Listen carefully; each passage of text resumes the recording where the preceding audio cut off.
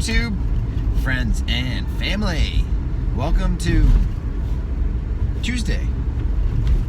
Hey, I'm heading to the Whitefield School this morning to take Emmett and Zephyr, who are very camera shy right now. Taking Emmett and Zephyr to an overnight camp at the Camp Kiev on a lake near here for, I think it's leadership training. I mentioned this in a previous vlog, now I have a little bit more information. So they have all kinds of exercises, programs and stuff designed to help kids learn how to become good leaders. Sounds good to me.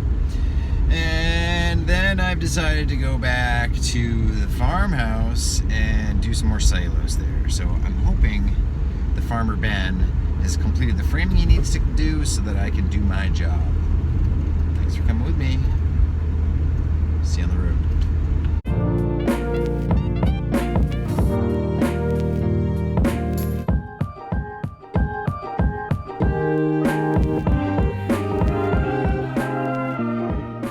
Apparently, there has been an influx of Amish families into Whitefield recently, which is really kind of cool, I think, because we have this, farming heritage in the town.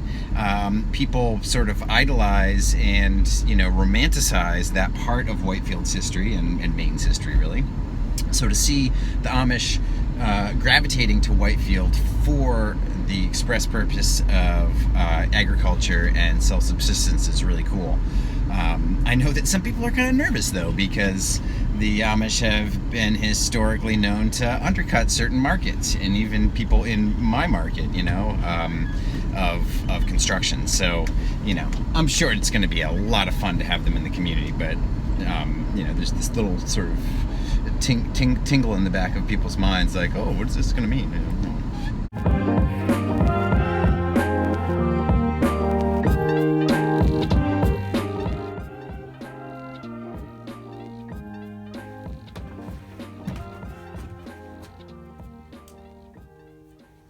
This is that thick wall I was talking about yesterday. This is going to be a fun one to do the dense pack in for sure.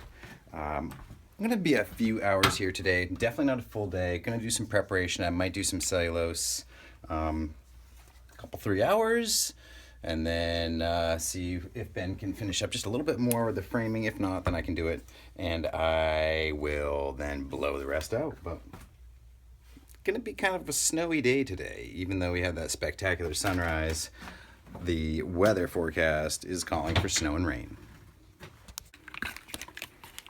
I wanted to tell you that these wall cavities on the gable end from this high post plate here, which goes across roughly 2 feet up the wall, those wall cavities are continuous down into the first story,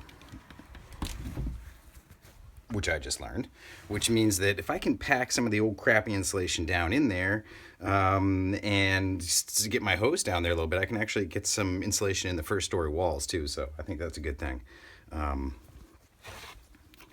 Just like this.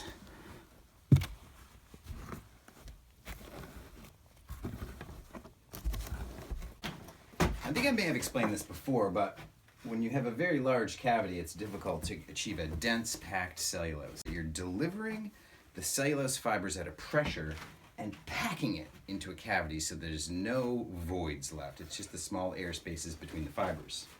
In order for me to get a good dense pack, I need to create partitions to create pillows of insulation, because otherwise it would just wander everywhere and I wouldn't know where is filled and where isn't. So it helps me to sequentially insulate, to isolate these stud bays right back to the wall. So I'll have these pillows here that I can then insulate and know that they'll be getting dense packed, which is very important not to have airspace, because airspace is what kills insulation, those voids in insulation.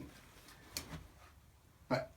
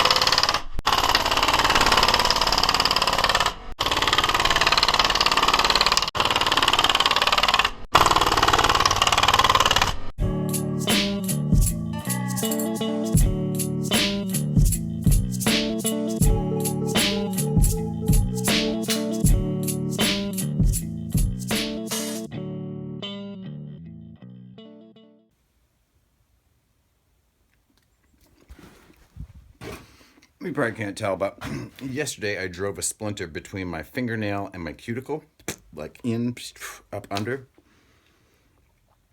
Andre asked me if it hurts. I said, only if you touch it.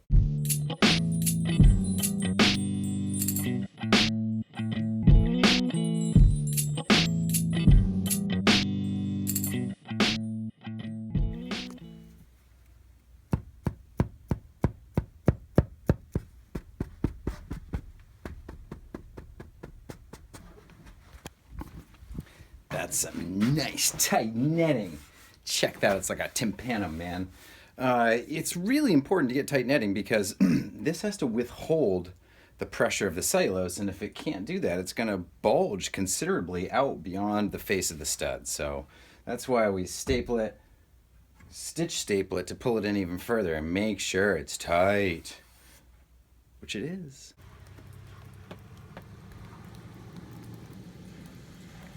The farmer here, Ben, is making maple syrup today up in that shack I just showed you, and he invited me up, so I've just wrapped up. It's about 1:15, and I'm gonna go check out the maple syrup operation. I'm so jealous.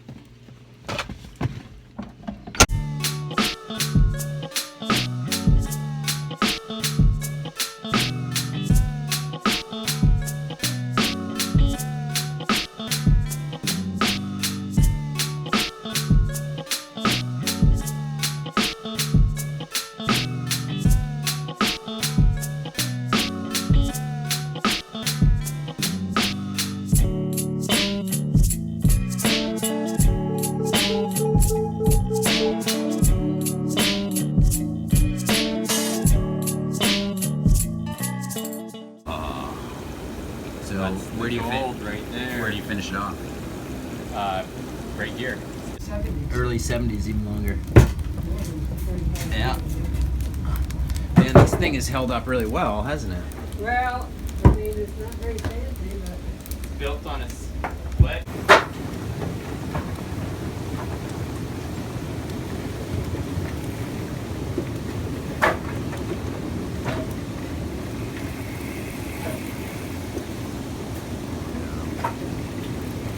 How did Maine Maple Sunday go?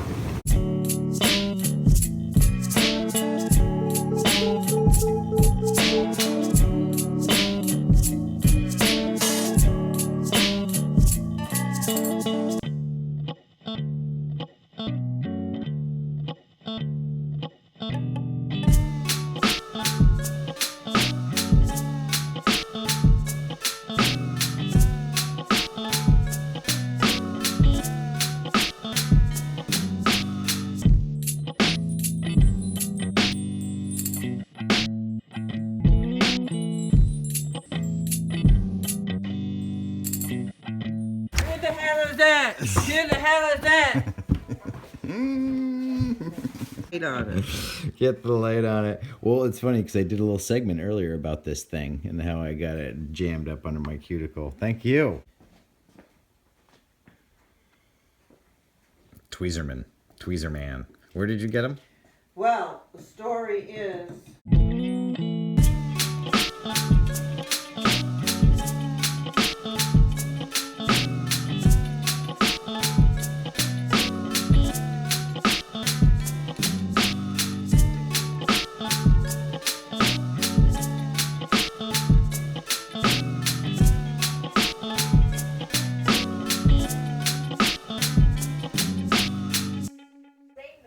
Everybody on YouTube wants me to get the little kitten. He said nope. These are much younger, huh? I think 10 days. 10 days. Look at the hutch. I just refinished that old piece of junk from Ted Reederhorn. Oh, that? Really? Yeah, Check yeah. it out. Those look like beach leaves. They are. Ah, nice, mother. And pine cones. So that's where they live.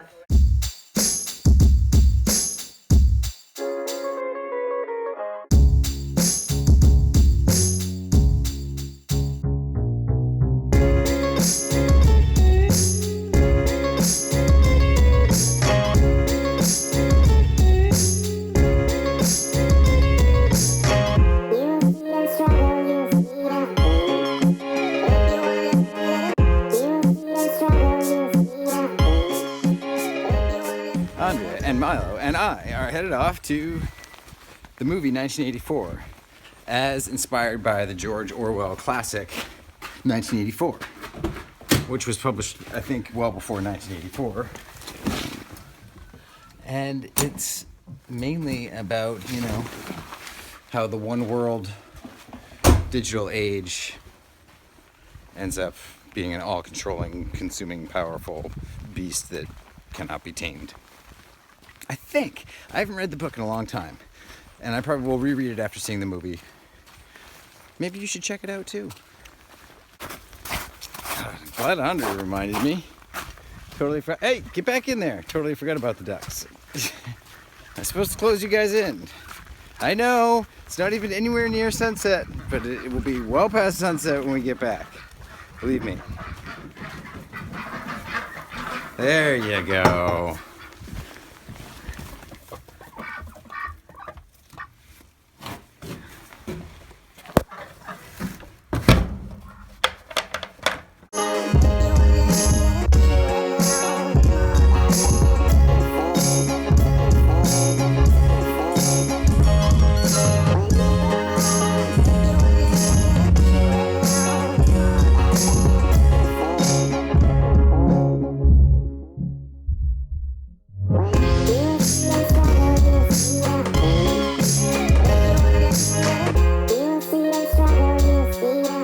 So, darling, what's inspiring you to want to see 1984? But yeah, I mean, you heard about this, but why did it resonate with you? Well, it's a national, international event. The beginning of 1984 takes place on April 4th. So theaters all over the country The are story showing starts on 1984, April 4th. the movie tonight. I get it. Okay.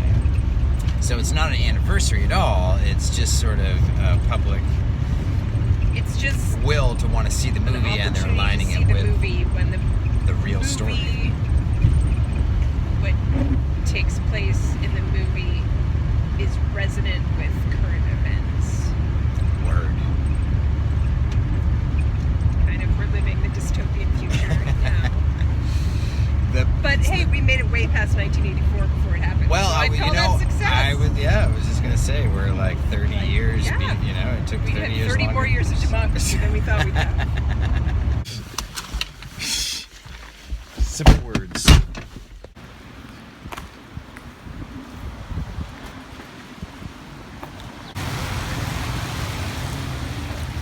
Outside table?